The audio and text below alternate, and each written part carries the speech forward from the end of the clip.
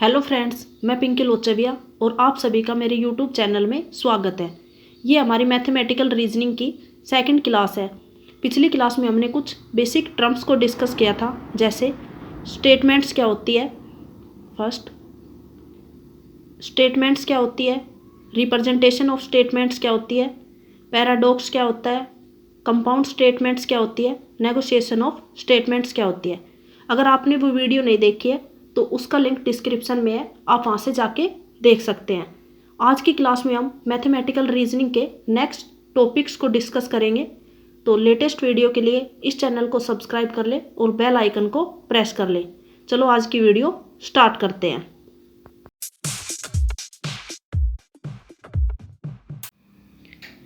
पिछली क्लास में हमने कंपाउंड स्टेटमेंट्स पढ़ी थी।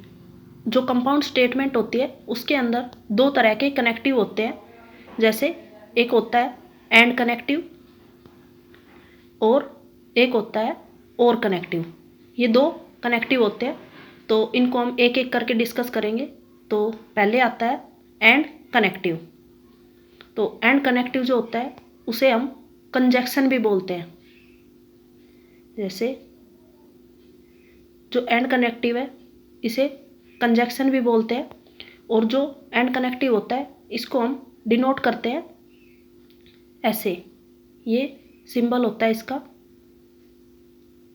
P and Q। ये जो होता है ये एंड कनेक्टिव का सिंबल होता है। अगर दो स्टेटमेंट है P एंड Q तो उसको हम ऐसे डिनोट करते हैं P एंड Q, ये सिंबल लगा के। फॉर एग्जाम्पल, जैसे ये दे रखी है P statement 40 is divisible by 5 and 8। जो 40 है वो 5 से भी डिवाइड होता है और 8 से भी। तो यहाँ पे एंड कनेक्टिव है।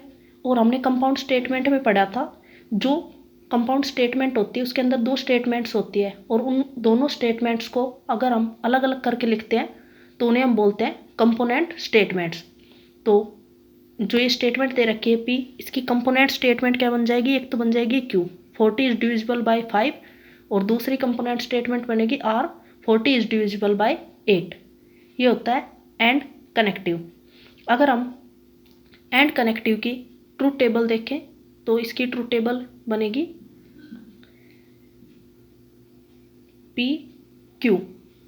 ट्रूथ टेबल में 4 केसेस होते हैं सब में, तो ये हो गई ट्रूथ टेबल।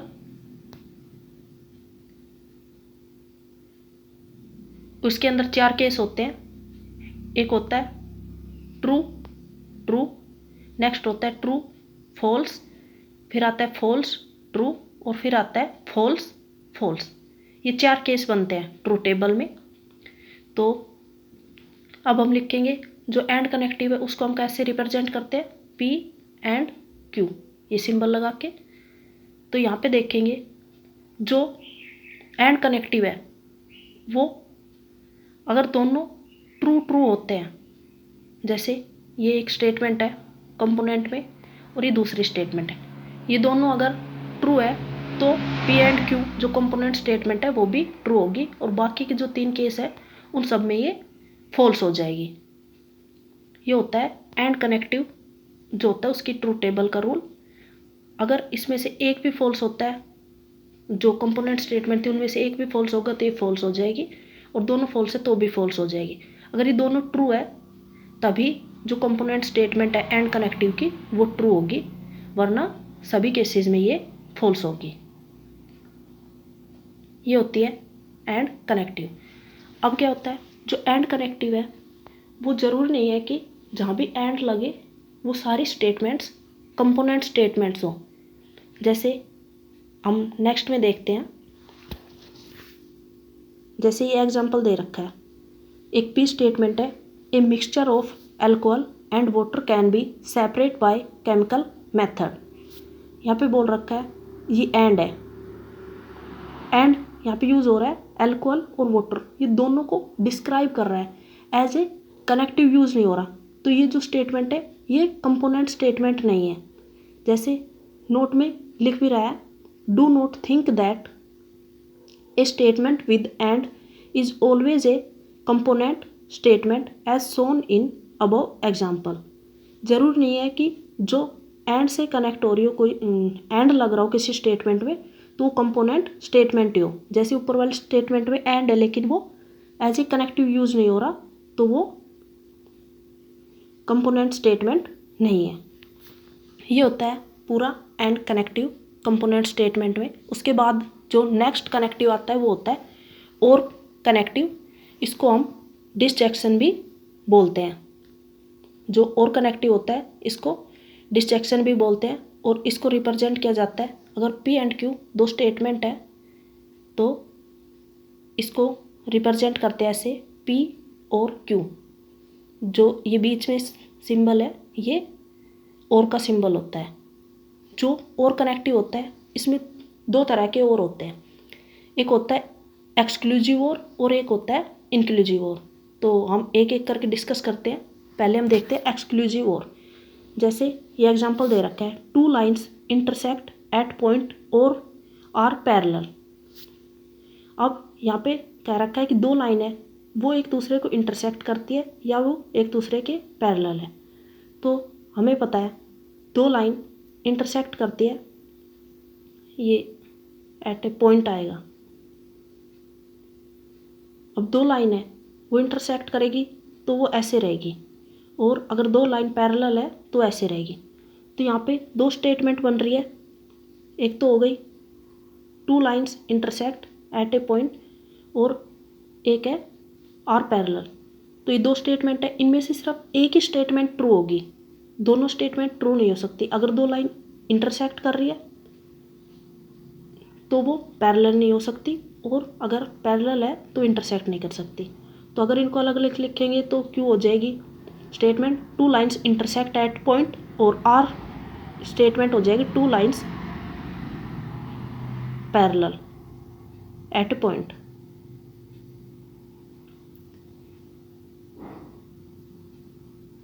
सॉरी ये एट ए पॉइंट नहीं आएगा, 2 लाइन्स पैरेलल आएगा। अगर वो पैरेलल है तो इंटरसेक्ट नहीं करेगी। उसके बाद आता है इंक्लूसिव और। इंक्लूसिव और में क्या है, जैसे एग्जांपल दे रखे हैं, the school is closed if it is a holiday और ए संडे। जो स्कूल है वो बंद रहेगा, हॉलीडे है तो भी और संडे है तो भी। तो यहाँ पे हम दोनों स्टेटमेंट्स हैं उनको एक्सेप्ट कर सकते हैं कि स्कूल हॉलीडे वाले दिन भी बंद रहेगा और संडे वाले दिन भी। इनमें से एक भी ट्रू हो सकती है, हॉलीडे है तब भी स्कूल बंद है, संडे है तब भी है, और दोनों चीज़ है तो भी स्कूल बंद है। तो ये होता है इंक्लूसिव और, जहाँ पे दोनों स्टेटमेंट ट्रू हो और दोनों को हम एक्सेप्ट कर सकते हैं। और एक्सक्लूसिव में था कि 2 स्टेटमेंट है तो दोनों में से सिर्फ एक ही ट्रू होगी। अब इसकी ट्रूथ टेबल देखते हैं। तो इसमें भी वही 4 केस होंगे, तो पी क्यू। तो इसमें भी वो 4 case, true true true false false true और फॉल्स फॉल्स, ये 4 केस हो गए। और इसको ऐसे डिनोट करते हैं पी और क्यू। ये हम इंक्लूसिव और की ट्रूथ टेबल देख रहे हैं। जो इंक्लूसिव और होता है और जो और होता है और कनेक्टिव, उसकी ट्रूथ टेबल ऐसे ही बनती है। तो इसके अंदर क्या होता है, अगर से इंक्लूसिव और पी और क्यू, इसके ट्रूथ टेबल। तो जैसे हमने पिछला एग्जांपल देखा था,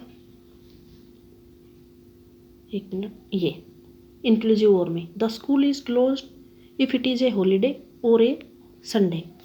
तो इसको हम इसकी कंपोनेंट स्टेटमेंट्स लिखेंगे। तो ये कैसे लिख सकते हैं, जैसे ये हम लिखेंगे पी स्टेटमेंट। तो इसकी पी स्टेटमेंट हो जाएगी the school is closed on holiday, और नेक्स्ट हो जाएगी the school is closed on Sunday. ये 2 स्टेटमेंट्स बन गई पी और क्यू।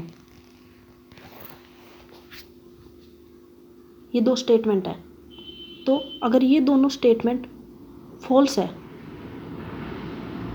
जो कंपोनेंट स्टेटमेंट बनती है, अगर ये दोनों फॉल्स हो जाती है तो ये फॉल्स आएगा, और बाकी सभी केसेस में ये ट्रू ट्रू ट्रू आएगा। अगर दोनों कंपोनेंट स्टेटमेंट फॉल्स हो जाती है तभी ये फॉल्स आएगा, बाकी सब में ये सारे केसेस में जो P और Q की वैल्यू है वो ट्रू आएगी। ये होती है इंक्लूसिव और की ट्रूथ टेबल। ऐसे ही अब हम देखते हैं जो एक्सक्लूसिव और होता है उसकी ट्रूथ टेबल कैसे बनेगी। तो एक्सक्लूसिव और की देखते हैं। जैसे ये ट्रूथ टेबल दे रखी है, इसमें भी 4 केस होते हैं। तो अब हम एक्सक्लूसिव और की वैल्यू निकालेंगे। तो एक्सक्लूसिव और को कैसे डिनोट करते हैं, P और Q और नीचे नोट का साइन होता है, देखो ऐसे एक्सक्लूसिव और को ऐसे डिनोट करते हैं। तो इसकी ट्रूथ टेबल देखेंगे। जैसे ये 2 स्टेटमेंट दे रखी थी, 2 lines intersect eight a point, और नेक्स्ट थी 2 लाइन्स पैरेलल। तो इनमें से सिर्फ एक ही स्टेटमेंट ट्रू होगी। अगर ये दोनों स्टेटमेंट ट्रू हो जाती है तो फॉल्स होगी, और दोनों स्टेटमेंट अगर फॉल्स हो जाती है तो भी ट्रूथ वैल्यू जो है वो फॉल्स आएगी। अगर दोनों स्टेटमेंट ट्रू हो जाती है तो ये फॉल्स है, और दोनों फॉल्स हो जाती है तो भी फॉल्स है। क्योंकि जो एक्सक्लूसिव और वाली स्टेटमेंट्स होती है उनमें सिर्फ हम एक को ही एक्सेप्ट कर सकते हैं, दोनों ट्रू ट्रू या दोनों फॉल्स फॉल्स नहीं हो सकती। और इसमें अगर एक ट्रू एक फॉल्स है तो जो ट्रूथ वैल्यू है वो ट्रू आएगी कंपोनेंट स्टेटमेंट की, और एक फॉल्स एक ट्रू है तो भी इसकी वैल्यू ट्रू आएगी। अब नेक्स्ट टॉपिक आता है इम्प्लीकेशंस। इम्प्लीकेशंस में फर्स्ट है इफ़ देन। जो इफ़ देन इम्प्लीकेशंस होता है इसे हम कंडीशनल स्टेटमेंट्स भी बोलते हैं। और इसमें हम इफ़ P इम्प्लाइज Q है तो उसको हम डिनोट करते हैं ऐसे, P इम्प्लाइज Q, ये सिंबल होता है। और इसको ऐसे भी लिख सकते हैं P इम्प्लाइज Q, ये भी इसका सिंबल होता है। फॉर एग्जाम्पल जैसे दे रखा है, if a number is multiple of 9 then it is multiple of 3। और अगर एक नंबर 9 का मल्टीपल है तो वो 3 का भी मल्टीपल है। ये एक कंडीशनल स्टेटमेंट है। अगर कोई नंबर 3 का मल्टीपल है तो वो 9 का भी होगा। तो इसको हम ऐसे भी पढ़ सकते हैं। ये कुछ इसके टाइप्स है, ऐसे भी हो सकती है P implies Q। P sufficient हो Q के लिए, और Q नेसेसरी कंडीशन होती है P की, जो इफ़ देन की कंडीशन होती है उसमें। और अगर ऐसे दे रखा हो, जैसे नेसेसरी कंडीशन है तो जो कोई नंबर है वो 3 का मल्टीपल है तभी वो 9 का मल्टीपल हो सकता है। और नेक्स्ट है जैसे note Q implies not P। ये होता है note Q implies note Q, ये नोट का साइन होता है। तो इसमें क्या स्टेटमेंट बनेगी, इफ़ नोट Q दे रखे तो नोट Q पीछे वाला है तो ए नंबर इज मल्टीपल ऑफ 3, यहाँ नोट आएगा, हम नोट Q निकाल रहे हैं ना। तो if a number is not multiple of 3 then it is not multiple of 9। तो ये आ गया not Q implies not P। ऐसे भी हो सकता है, अगर Q नोट है तो P भी नोट होगा। नोट Q, जो नोट P है वो डिपेंड करता है नोट Q पे। इसकी ट्रूथ टेबल देखेंगे तो इसके अंदर भी वही 4 केस होते हैं ट्रूथ टेबल के, P एंड Q। तो ये true true true false false true और फॉल्स फॉल्स, ये 4 केस हो गए। और इसको हम कैसे डिनोट करते हैं, P इम्प्लाइज Q। ये ट्रूथ टेबल बन गई। इसके अंदर क्या होता है,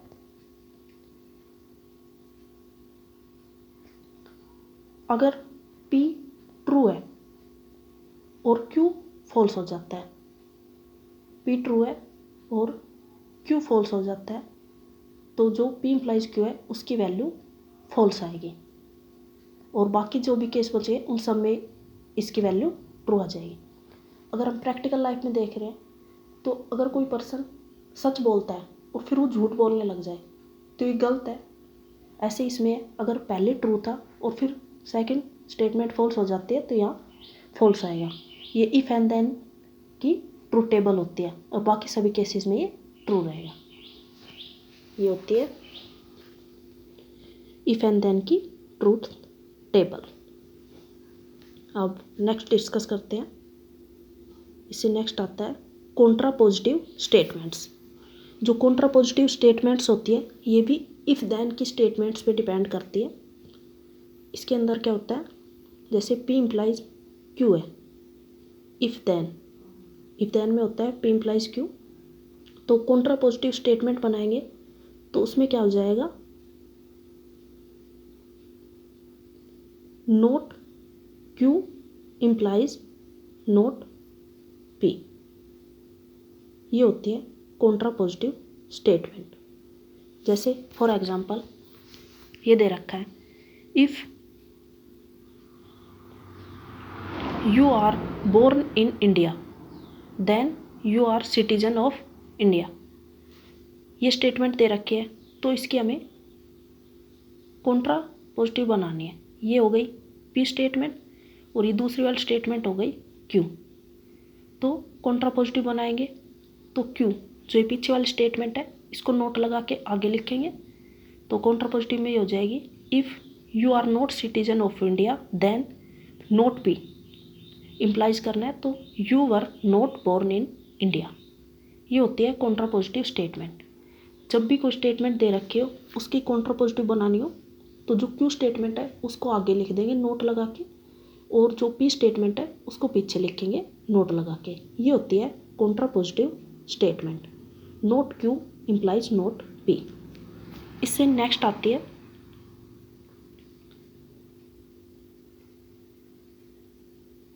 कन्वर्स स्टेटमेंट्स। जो कन्वर्स स्टेटमेंट्स होती है ये भी इफ़ देन स्टेटमेंट पे डिपेंड करती है। If then P implies Q। जो कन्वर्स स्टेटमेंट होती है इसमें क्या होता है, इसमें उल्टा हो जाएगा, Q इम्प्लाइज P। बस जैसे जो Q स्टेटमेंट है वो आगे आ जाएगी और P स्टेटमेंट है वो पीछे चल जाएगी। जैसे एग्जांपल दे रखा है, if a number is divisible by 10 then it is divisible by 5। अगर एक नंबर 10 से डिवाइड होता है तो वो 5 से भी डिवाइड होगा। तो इसकी कन्वर्स स्टेटमेंट बनाएंगे तो Q को आगे लिख देंगे, ये Q स्टेटमेंट हो गई पीछे वाली और ये हो गई P स्टेटमेंट। तो Q को आगे लिख देंगे, if a number is divisible by 5 then it is divisible by 10। ये हो गई कन्वर्स स्टेटमेंट। इसके अंदर कुछ नहीं करना होता, बस पीछे वाले स्टेटमेंट को आगे लिख देते हैं। उससे नेक्स्ट इम्प्लीकेशन आता है इफ़ एंड ओनली इफ़। इसे हम बोलते हैं बाई कंडीशनल स्टेटमेंट्स। और इसके अंदर जो P और Q स्टेटमेंट होती है उसको हम डिनोट करते हैं इस साइन से। जैसे ये दे रखा है P, ये इफ एंड ओनली इफ का साइन लग जाएगा और Q, और इसको हम ऐसे भी लिख सकते हैं, ये साइन भी इफ एंड ओनली इफ का होता है। जैसे फॉर एग्जांपल ये दे रखा है, if a rectangle is a square if and only if its all sides are equal. एक रेक्टेंगल स्क्वायर हो सकता है यदि उसकी सारी साइड्स इक्वल हो। तो इसके अंदर जो P स्टेटमेंट है ये और पीछे वाली जो स्टेटमेंट है ये है Q। तो जो P है वो Q पे डिपेंड है और जो Q है वो P पे डिपेंड है। एक रेक्टेंगल स्क्वायर तभी होगा जब उसकी सारी साइड इक्वल होगी, तो ये हो जाएगा P if and only if Q। अब देखते हैं इफ एंड ओनली इफ की ट्रू टेबल। तो इसके अंदर भी 4 केसेस होते हैं जो ट्रू टेबल बनाते हैं। तो P Q और वो चारों केस लिखेंगे, true true true false false true और फॉल्स फॉल्स। ये ट्रू टेबल बना लेंगे या लिखेंगे P if and only if Q। ये ट्रू टेबल बन गई। इसमें क्या होता है, अगर एक ट्रू है एक फॉल्स है तो ये फॉल्स आएगा, और एक फॉल्स है एक ट्रू है तो भी ये फॉल्स आएगा। अगर दोनों ट्रू ट्रू है तो ये ट्रू आएगा, दोनों फॉल्स फॉल्स है तो ये ट्रू आएगा। अगर दोनों सेम है, ट्रू ट्रू है तो ट्रू, फॉल्स फॉल्स है तो फॉल्स। जैसे ये एग्जांपल था, यहाँ पे दे रखा है if a rectangle is square if and only if its all sides equal. एक रेक्टेंगल स्क्वायर हो जाएगा अगर उसकी सारी साइड इक्वल है। तो यहाँ पे जो पी स्टेटमेंट है ये भी ट्रू है, क्यू है ये भी ट्रू है, तो दोनों ट्रू ट्रू है, तो जो कंपाउंड स्टेटमेंट है ये कंप्लीट, ये भी ट्रू हो जाएगी। लेकिन अगर नोट लगा देते दोनों में, if a rectangle is not a square if and only if it's not all sides equal, तो ये बात भी सच है, दोनों फॉल्स फॉल्स है लेकिन दोनों ट्रू हो जाएंगे।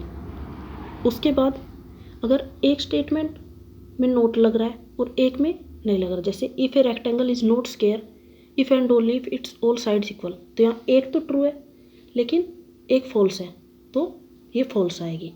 ऐसे ही अगर पी फॉल्स है और वो ट्रू है तो भी फॉल्स आएगी।